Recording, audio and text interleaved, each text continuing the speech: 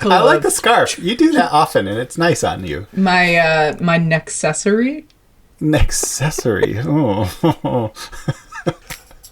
Welcome to Friends on Purpose, where two friends talk about life, love, and finding purpose.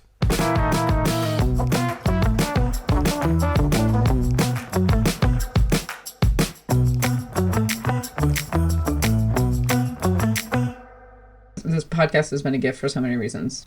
One, increased airtime with you. Two, learning. I didn't like, I think you and I don't know that, it's not that I didn't know this before, I just think I have a better sense of, like, you and I consume a lot of media.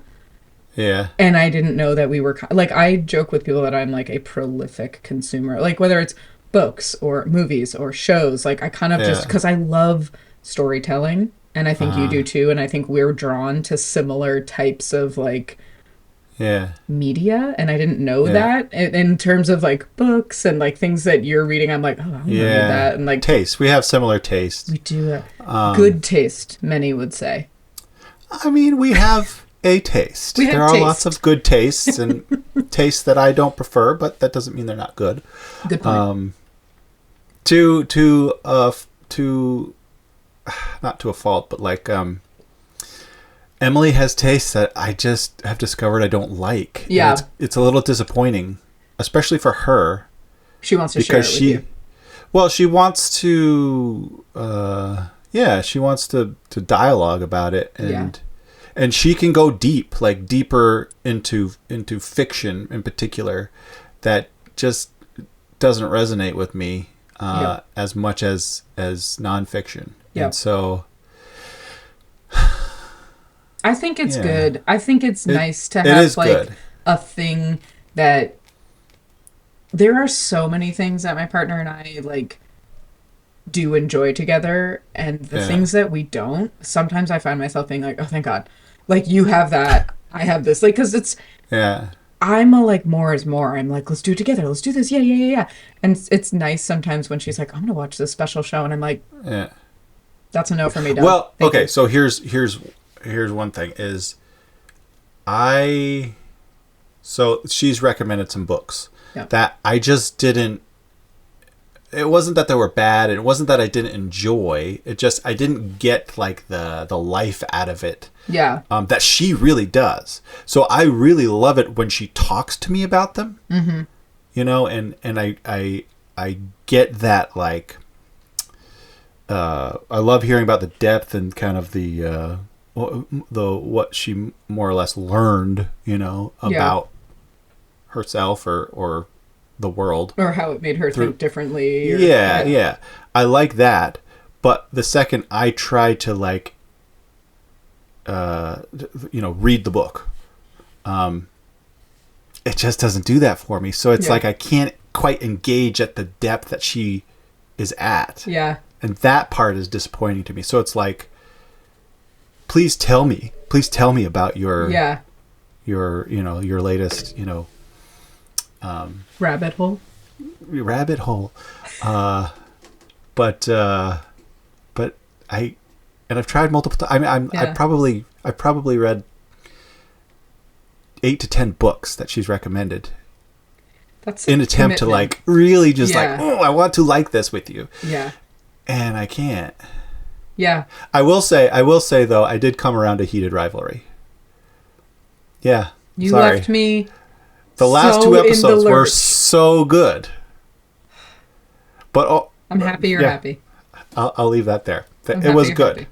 Again, I'm not at the depth that Emily is as far as in love with it. Yeah. But I did enjoy the last two episodes, and in order to watch those two episodes, I did have to watch the full season. So like, I pushed through it with her. I watched the whole entire season. Yeah, all it was like the whole season. I'm just like, just talk to each other, you know, like, just use your words. There's a lot at stake, you know. And they finally did, and and it was beautiful. So I love that. That's me. Sorry. So your update is you finally broke down and enjoyed Heated Rivalry, and you've been reading a bunch of books you hate. I will admit I have not spent any time on this. Thinking about it? This thinking. But I knew it was mostly on you today, so... Yep, I did spend time on it. All my questions are going to be genuine and candid, and so hopefully that'll make things a little more interesting. Well, good, because you don't even have any idea what I'm going to say, although I do want you to... I want you to think right now, what do you think I'm going to say? Have something in your head, and then... Oh, I already said it. What did you say? I said love. Well... That you ruined my joke because I was gonna be like, it's love. Well, actually today I'm gonna do something a little different. No, because my partner was like, "Can you tell me what the question is ahead of time?" And I was like, "Yeah, this is the question." And she was like, "Oh my god, are you gonna say love?" And I was like, "No, but I should prank Eric." Yeah. Anyway, well, we blew the joke. So the question. Yeah. Everybody wants to know is, okay, what do you feel most called to contribute to the world, even if it's small? Mm-hmm. I think it's laughter and humor. I find that I really love making people laugh, and I love laughing myself.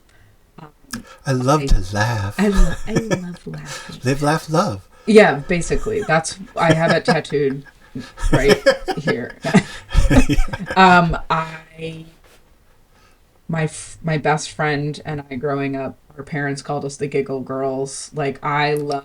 I was from a young age, like, consuming a lot of comedy, like, oh, really? Media, like 9-year-old me was asking for the Carol Burnett show on VHS. Like, well, I was watching I Love Lucy. Like, and then I like was in an improv troupe in high school and college, and I have always been drawn to that because I love laughing. But what I've like learned as I get older is that because I've been like practicing humor for a long time, and it kind of comes pretty naturally to me, it is a really effective tool. And also how I handle difficult situations is like knowing when to bring humor in so that it like is a little release valve rather than landing like, so and that's a huge strength, I think, is knowing when to do that in a hard situation. Yeah, I've seen others do that and like admire it and like, how did they do that? You know, like afterwards. But that's like a real skill, I think. Yeah, it is a skill. I think there's like, it's part. I mean, of course, I have said things that don't land. Oh my god, like I have so many things I can. I like so many things that you're like. there is when we don't do it well. Yeah. But I do think, especially working with kids, it's like there are so like, oh my god, I have a pretty small office, and it's all glass, so like at any given moment anyone can see me. The outside is all glass, and so I'll just be like in there, and I'm kind of like I'm in like a half fishbowl. Like my back is a solid wall, but everything else is glass. And so and it's small. It's like a tiny little conference room office. So a student I was meeting with was in there, and he farted, and he's a 16-year-old dude, and I'm like a pushing 40. In your office? In my office. We're talking about an opportunity for internship, and he's just like and I'm like, in that moment I had to be like, do I just ignore that, or do I like name it, and I don't want to be like the school nurse and be like, was he okay? Like, I didn't want to be like, are you feeling okay? So so like what came out, well, you love farts, we know this about you. Never not funny. Farts are never not funny. So he farts, and I'm like, do I do this? This is a risk. Like, I could gamble and lose on this one. And I was just like, 8 out of 10. And he was like,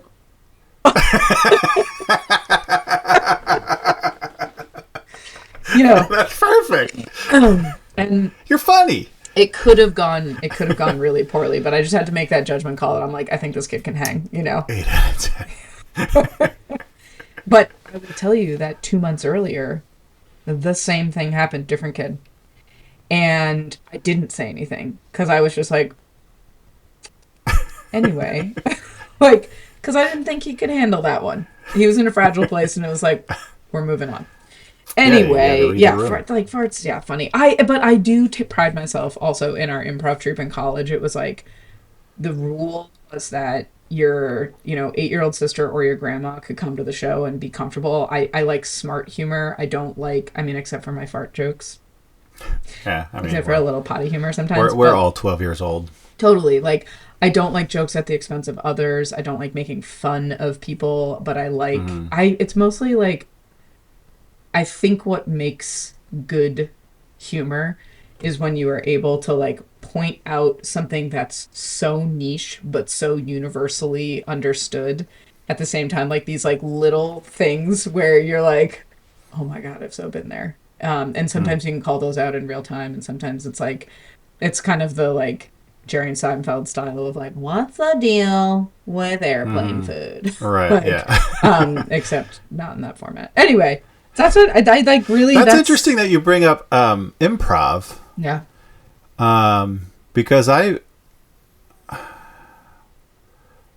recently just subscribed to Dropout. Have you heard of that? You might like it. What is it? Is it a podcast? Okay, so it's no, it's a streaming service. Oh. It's I guess kind of a low budget network of comedians. It's the Spirit Airlines of.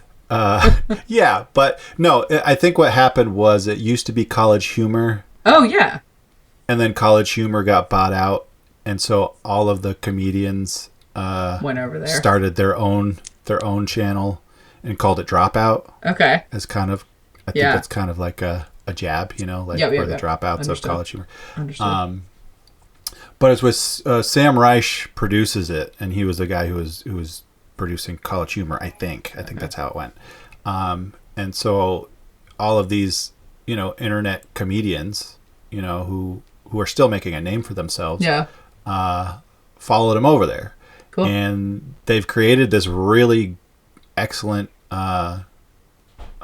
collection of media. Yeah. And so some of them have their own shows. They're always showing up in each other's segments. And it's a lot of it, almost all of it is improv. Yep.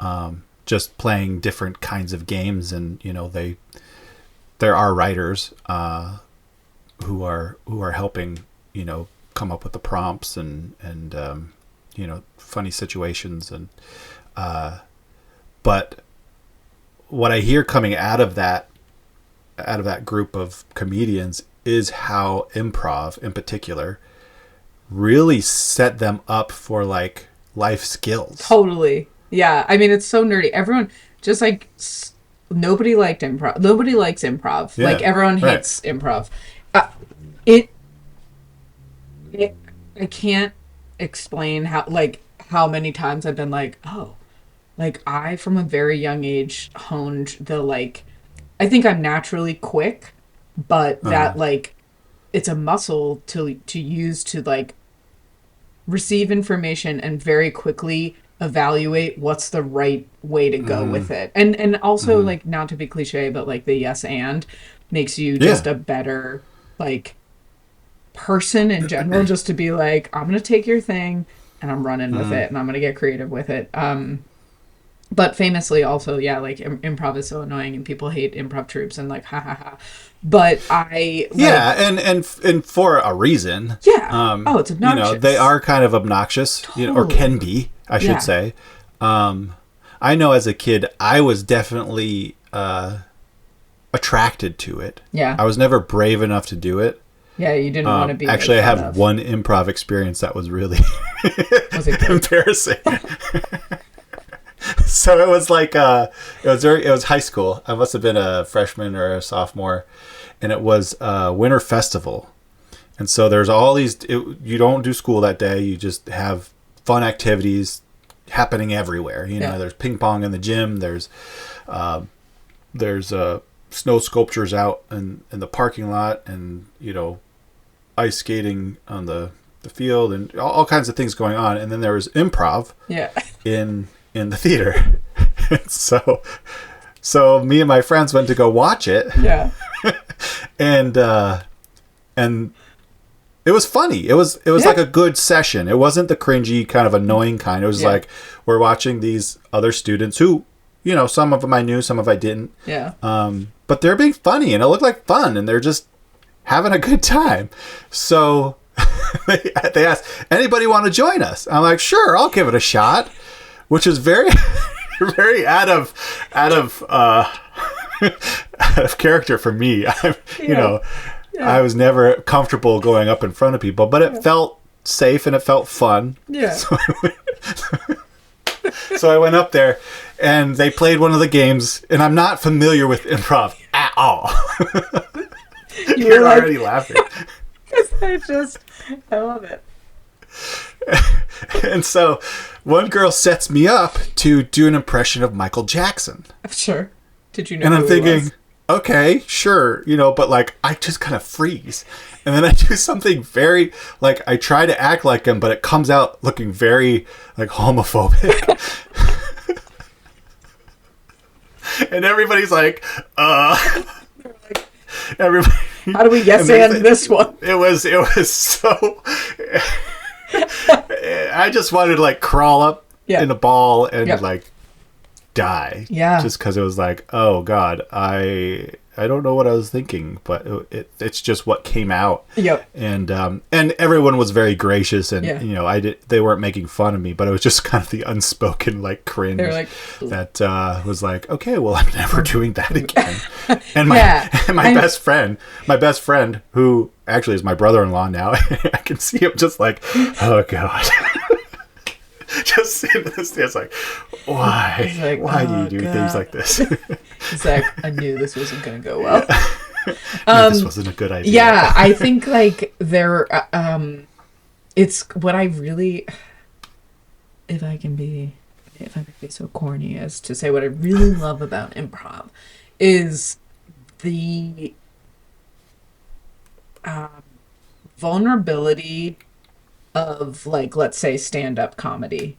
It's you, and it's that stool, and it's that water bottle, and that's like really vulnerable. Yeah. But you're in total control of how your set goes. Whether people receive it or not, it's like, okay. With improv, it's like when you get the right team like together, and like everything is flowing, and sometimes it's like not even just the right team. It's like you've had this great like group of people doing this for a while, and it's just a flop night or whatever. It's like magic. It's so fun, and it's just like it's so. And as great. Somebody who watches, you can see it. When it's happening. Amazing. Yeah. And then you get some duds. But I was like the director of the improv troupe for a while, and that was really cool too, because the director before me was this woman who, she was so smart. I mean, she was so smart. She was like clinical about comedy, and it was so fun to like be directed by her and watch her. And this was just like a college club at a tiny little liberal arts women's college. It's not like we were like, I mean, we did compete at the Beanpot in Boston, and we came in second. So, and no fact. Where did you go to college? Mount Holyoke College out in Western Mass. Anyway, she was like not really. She was like passing the torch off, but was just kind of like, "Good luck, kids. See ya. I'm graduating." She was like going on to med school or something, and she was just like, "Oh, Elaine, you're gonna be the new director." I guess what I'd say is just like everyone's in this troupe. They have a strength, so find it. Bye. And I was like, but it was so true. And it was like, once I like got to the point of being like the director or co-director, I can't even remember. Sorry if anyone who knew me from my past is like, I think I was the director or co-director. Your co-director is listening. Yeah, with Hannah Scarrett Selman. Shout out, girl. That was fun. Ooh. Anyway, it was like our job was to help reflect back to the other troupe members what their strengths were, because you choose to hop into a scene or not usually. Like if there's something going on and you're like, oh, I got a good one, you can like hop into like the scene, what's ever going on. If you don't know yourself well enough, you hop into a scene and like take Michael Jackson funny to a homophobic place real fast, and everyone's like, yeah. But like sometimes if you're like watching and you're like, oh, like I was really big with physical comedy. Like I was always going to take the fall or always going to like be in a weird position or whatever. And so I would learn to see when the scene would be made better by that and when it wouldn't, you know, just because you're good at something doesn't mean the scene calls for it. So anyway, the life skills are like, I can kind of like catch anything that comes at me and like do something with it. Whether it's the right thing, I don't know, but yeah. But I just I love laughing with people, and like I think this life and this world, like even when things like when I was going through the divorce times. Mm-hmm. And it was COVID, and I was trying to finish my doctorate, and like the cat had just been killed by the bear, and you know it's just like what my cat Odin was killed by the bear. I do remember that. It was just sad. Like I just couldn't get out from under like everything, but I was so stressed, and I was like having like body reactions to it, and I did shart my pants one time, and that was so funny. Like I was so sad. Call that gambling and losing. I gambled and lost so hard. I needed like because I needed to pick up the phone and be like, let me add this to the list. Like I needed that relief where you're like, come on, and I pooped my pants. You have to talk to Evelyn. She has the best poop and pants stories. Does she? Yes. I have to tell. I'm gonna save the detail for when Ev and I talk, because it's too much. Some people may be eating dinner or trying to drink coffee and might not like that. But I just. Is it funny? Yeah, it's funny. It's well, this is your opportunity to contribute to the world. I think we need to hear this story. I had been living in these old Target sweatpants. Your partner told us about this. I was just like, I wasn't taking care of myself. I wasn't dressing for success, you know. It was a time of Zoom where, like, you know, I was working at Johnson for the second go around, so I was like I would like put on like a quarter zip and zip it up because I had like a dirty t-shirt under it. I just was like, ugh. So I'm like, I know this sounds insane, but I was just like doing my like daily COVID ritual of kind of sitting on the couch, like after you've been on Zoom all day, you know, just kind of like, like. Because I was like been on Zoom all day, and then I'm like, well, I guess I'm going to turn on the bigger screen. Like watch the television now. Yeah. So I gambled and lost. These Target sweatpants. They acted as a sort of material filter, like a cheesecloth. Oh, and so they kept the material safely in, but what did pass through was the liquid to my couch. That's not a shart, that's a full-on shit your pants. No, because it was only like Elaine. It's only that much liquid, and And so then I'm like, oh, it's on my couch. And then I had to take the linen off the couch and wash that. But then I was like, oh no, it's on the cushion. Like, oh God. So I kind of tried to remediate that, but it's like, let it dry. I'll like Clorox it a little, and then like, you literally are my sister right now. So I put the linen back on the couch. I did not throw those pants away. I washed them. But when my current partner found out, yes, that's what I heard. A full 2 years later, he's taking good care of you. I still had those pants. She was like, "You need to get rid of those pants. Like, they're not bringing anything good into your life. Like, you pooped your pants in them and you kept them. Like, you need to get rid of them." And I was kind of like, no. Like, I was like Stockholm Syndrome bonded to my pants.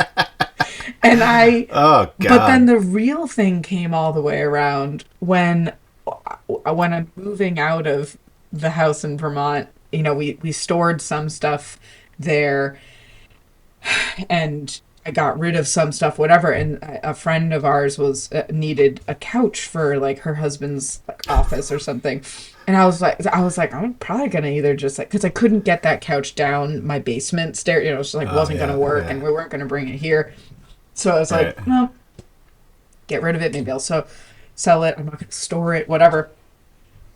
So she's like, I'll take the couch, and I was like, yeah, for sure, and I like gave it to her, and then I was like.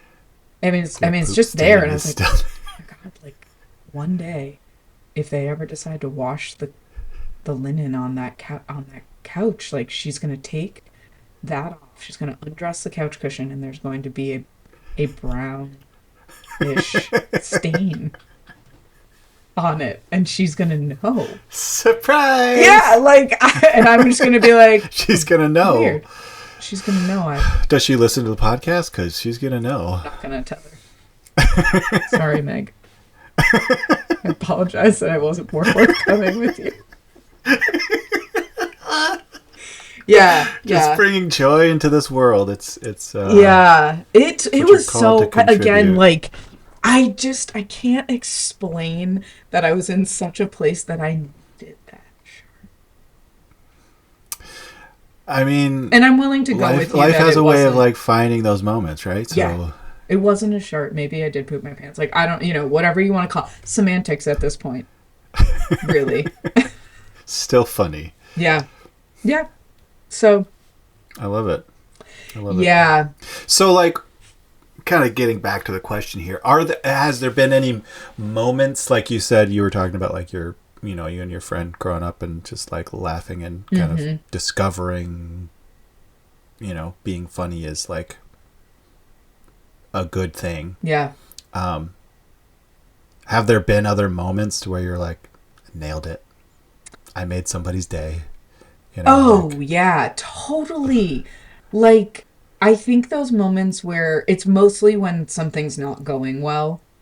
And, I remember somebody I was talking with during the pandemic. I knew them like medium well, but they were like really in it. And it's just like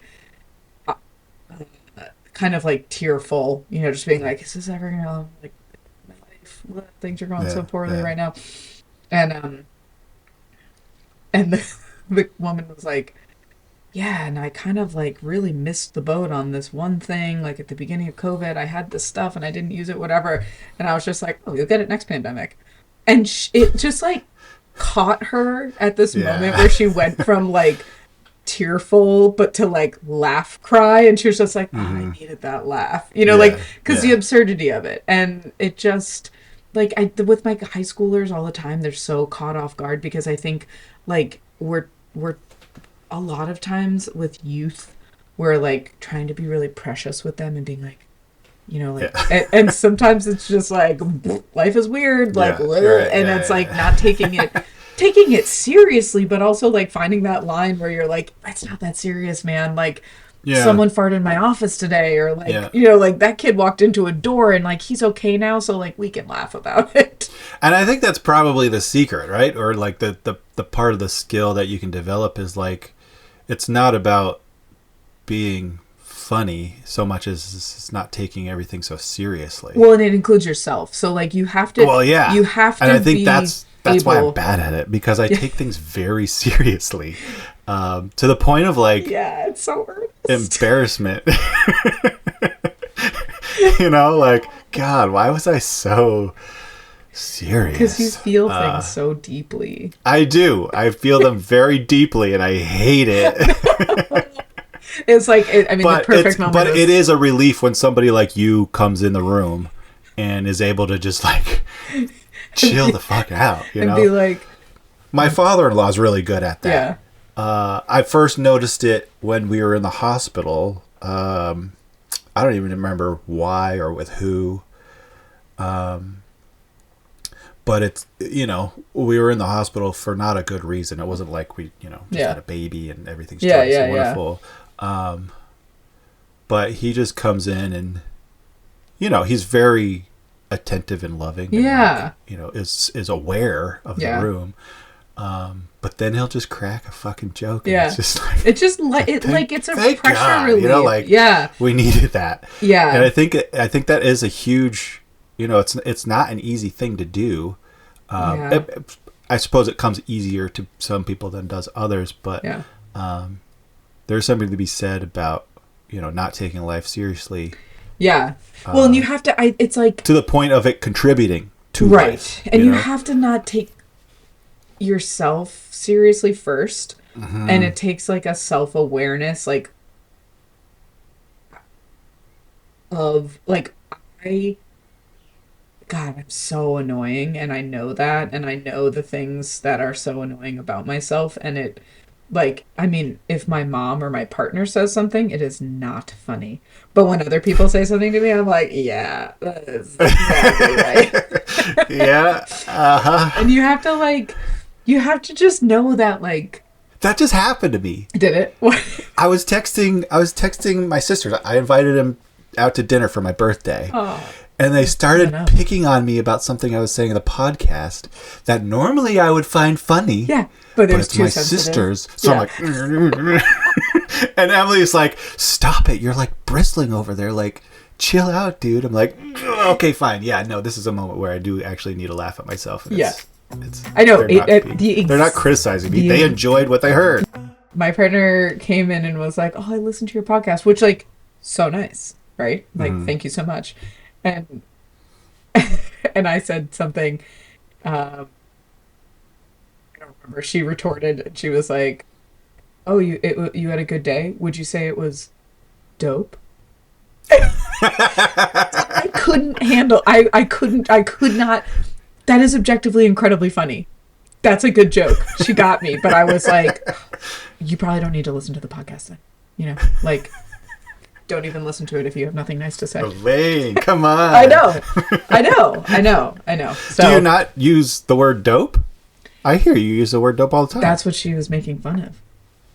She was because you use it. She was like, because you say it all the time. Because I say it all the time. She was like, okay. I was like, oh yeah, I had a good day, and she was like, oh yeah, would you say it was? That makes it even funnier. That's funny. Yeah. I know. Yeah. So I think it's, I guess, to answer your question, I think we all have somebody like that in our lives, right? Totally. I mean, and because we need those people. Totally. We're just humans. Yeah. But like when I make fun of you, you can hang. Like I don't like you don't mind. I think, right? Okay. No, yeah, totally, totally. Like, confirm. And it's funny. Well, I don't want to. I was going to say that when Emily picks on me, I laugh. Yeah. But maybe I'm not being honest there. Maybe I just like to think that. No, I don't know. I can't handle it when my partner makes fun of me. I can't handle it. But it's definitely my sister's. Yeah, well, that you have a history, like a long form history. Yeah. That's how it was with my mom. Like my mom, if somebody says something to me about like anything, I'm like, oh, excellent constructive feedback. Perfect. If my mom says it to me, I'm like immediately out of hand. Like, nope, do not agree. Whatever you say is wrong.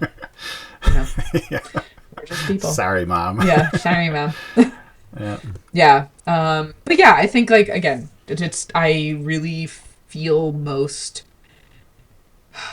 joy and like happiness. Do you feel like it's a sense of like a sense of purpose even like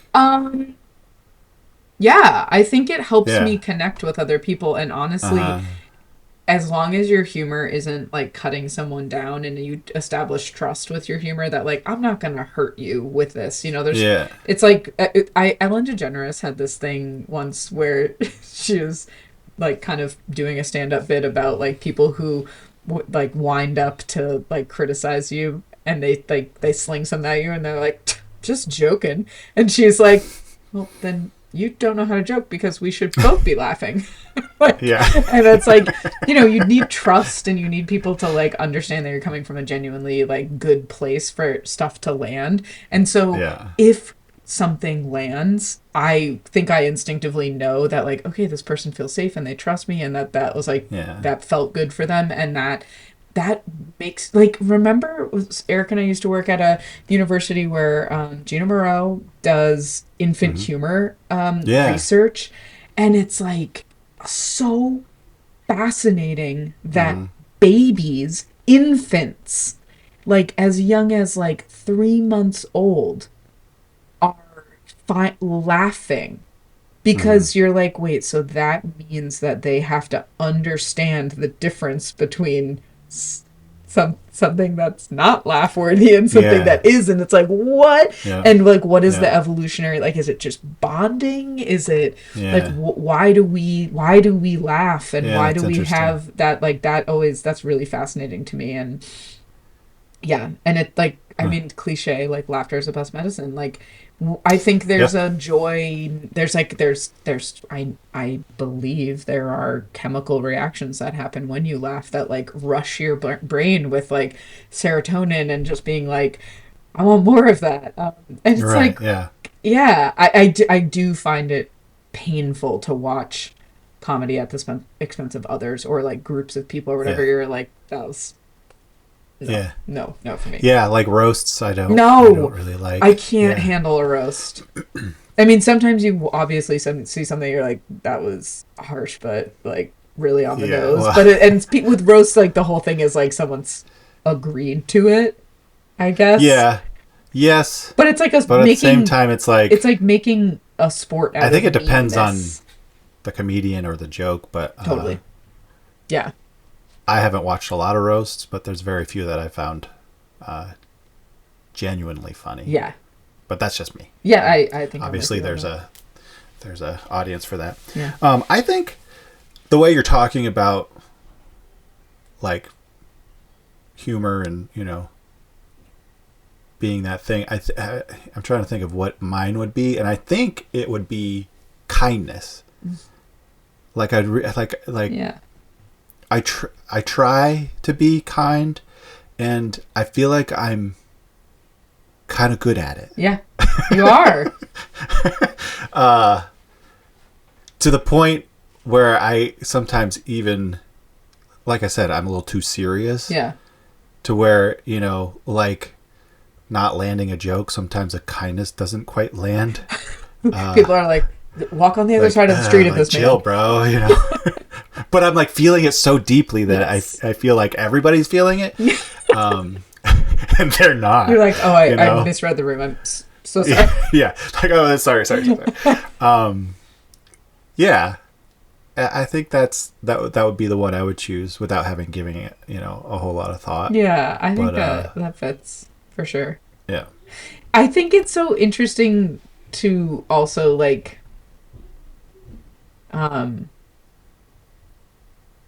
I think that sometimes our best qualities are our worst. You know, it's a double-edged sword, right?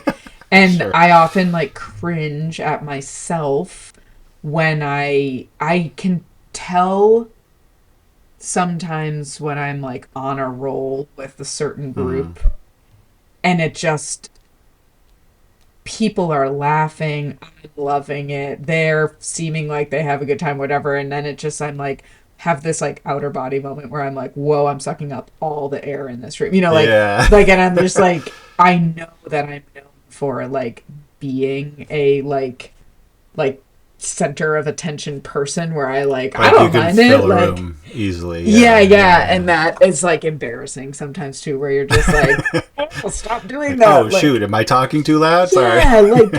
Am I like taking attention from everyone always, all the time? So, I think it's, Am I just too lovable? Sorry. Yeah, like, sorry, everyone. I'm so popular. Sorry about it. I think it's, just can be a double-edged sword for sure. Just like you were saying, like, your kindness, you're like, come off a little too gushy or a little too, I love it so much. Hopefully not creepy, but, I feel like there's the danger in that, too. I'll be the judge of that. I don't think you're creepy at all. I mean, like... No, I don't think you're creepy. Emily, like, I'll text her the lovey-dovey text or something, and she'd be like, "Why are you so obsessed with me?" She'll send me that GIF. Yeah. Which is beautiful. Yeah. Because in one instance it's funny. In the other instance it's like, okay, I'm being a little too sad. Okay, but like, I think I also play that role in my partnership where I'm like, I'm gonna write you a love letter and I'm gonna tell you how much I love you, and my partner's like, thank you. Cool. Thanks, bro. Nothing grounds you more. But like, there's lots of other ways that, like, again, I think this is something, you guys have such a long-term relationship, but like, you grow into recognizing other people's love language in ways that you're like, oh, that feels nice. And it doesn't, it does serve to keep those of us who are like particularly effusive with like words or whatever, that it's like, that's not the only way. I definitely laugh at myself more now than ever. Yeah. And I think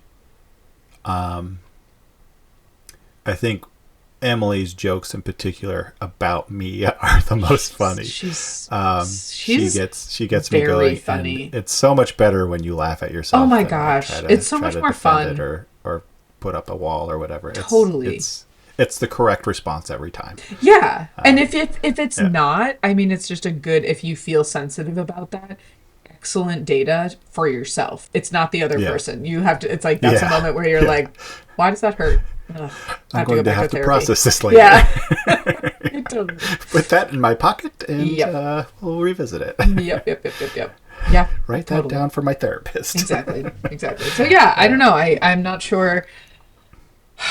I'm not sure if that's what you were expecting. You were expecting. No, I think that's perfect. Yeah. I mean, I wasn't expecting anything specific, but you're like, I didn't even think about anything until we logged on. I didn't even think about it until this afternoon.